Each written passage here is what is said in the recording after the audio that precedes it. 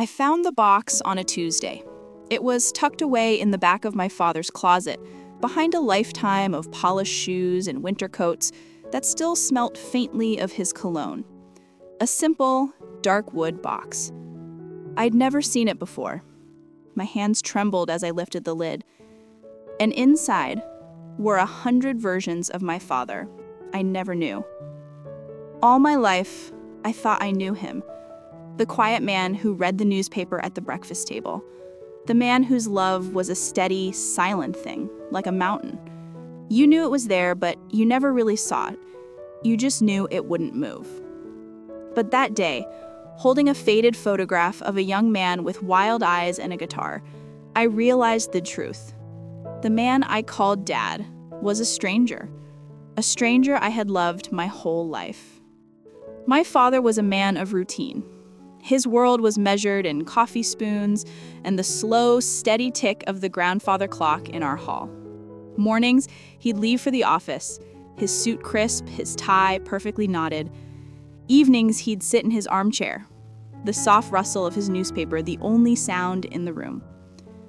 I used to try and fill in that silence. As a little girl, I'd bring him my crayon drawings. He'd look up from his paper, his eyes a little distant, and smile. A small, gentle smile. "That's nice, sweetheart," he'd say. Then he'd go back to his reading. I told myself that was his love language. Quiet support. Dependability. He never missed a school play, sitting in the back row. He never failed to put food on the table. But the conversations, the laughter, the messy, loud, emotional stuff, that was all missing. Our house was peaceful, but it was a quiet that sometimes felt heavy. I remember the sound of my own footsteps echoing in the hallway, the way my mother's voice would drop when she spoke to him about serious things. I learned to be quiet too, to hold my feelings inside, just like he did. The distance between us grew as I got older. In my teenage years, it felt like a canyon. I was all emotion. Angsty, passionate, loud. I played my music on repeat. I wrote terrible poetry about heartbreak and freedom. He would just watch me, a puzzled look on his face, as if I were a radio tuned to a station he couldn't receive. One night, I was crying in my room over some silly boy. My father knocked and came in. He stood there for a moment, looking helpless. He cleared his throat. "Is there a problem?" he asked, his voice formal, like he was addressing a colleague. I just shook my head, tears streaming down my face. What could I even say? He nodded, hesitated, and then placed a hand awkwardly on my shoulder. It was stiff, unpracticed. He patted it twice. "It'll be all right," he said. Then he turned and left, closing the door softly behind him.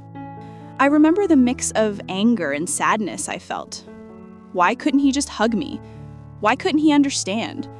I thought his silence meant he didn't care. I didn't realize then that it was the only language he knew how to speak. After the funeral, the house felt emptier than ever. The quiet wasn't peaceful anymore. It was deafening. My mother asked me to go through his closet to donate his clothes. That's when my fingers brushed against the cool, smooth wood of the box. I sat on the floor of his closet, surrounded by his things, and opened it. It wasn't filled with money or secrets of a scandalous life.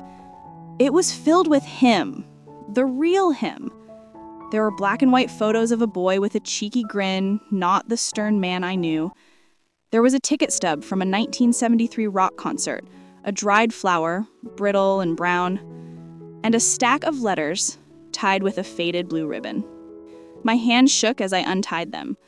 They were love letters, written to my mother before they were married. The handwriting was lush, flowing, full of passion. The words, they stole the breath from my lungs.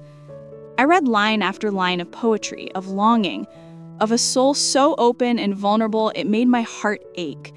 This wasn't the quiet man. This was a poet, a dreamer, a man who felt things so deeply that he had to pour them onto a page. And then I found the last letter. It was dated just a few months after I was born. The script was still his, but the tone had changed. It was heavier. My love, it read. The doctor says it's depression, a melancholy of the spirit. He gave me pills that make the world feel muffled, like I'm underwater. But the rage, the sadness, it's gone. I feel calm. Empty but calm. It's better this way. For the baby, for you. A father needs to be stable. A rock. I will be their rock even if I have to bury the rest of me to do it. I let the paper fall into my lap. The silence in the house was no longer empty. It was filled with the echo of his sacrifice. He hadn't chosen silence, he had chosen us. He had locked away the passionate, feeling man, the man who was too much, too wild, too sad, so he could be the steady, reliable father he thought we needed. He had given up his song so our lives could have a steady, predictable rhythm. All those years, I thought we were distant because he had nothing to give. I was wrong. We were distant because he had given everything, and the cost was the very man he used to be. I never sent a letter to him. I never could. But if I could, it would say this. Dear Dad, I found the box. And in it, I finally found you. I'm so sorry I never saw the war you were fighting inside the quiet fortress you built for us. Your love wasn't silent. I was just listening to the wrong kind of music. I understand now. And the stranger I loved, I'm just getting to know him. And I love him even more. I placed everything back in the box, all the pieces of the man he was. I closed the lid, but this time I didn't put it away in the dark. I keep it on my own bookshelf now. A quiet reminder that the people we love are never just who we see. They are entire worlds with continents of pain and oceans of sacrifice we may never fully map. The day I realized my father was a stranger was the day I finally truly began to know him. Thank you. Thank you for listening to my story. If you've been through something similar, or if any part of this has resonated with you, please feel free to share your thoughts in the comments. Your stories matter. And if you'd like to hear more, please consider liking this video and subscribing to the channel. Be kind to yourselves, and I'll see you next.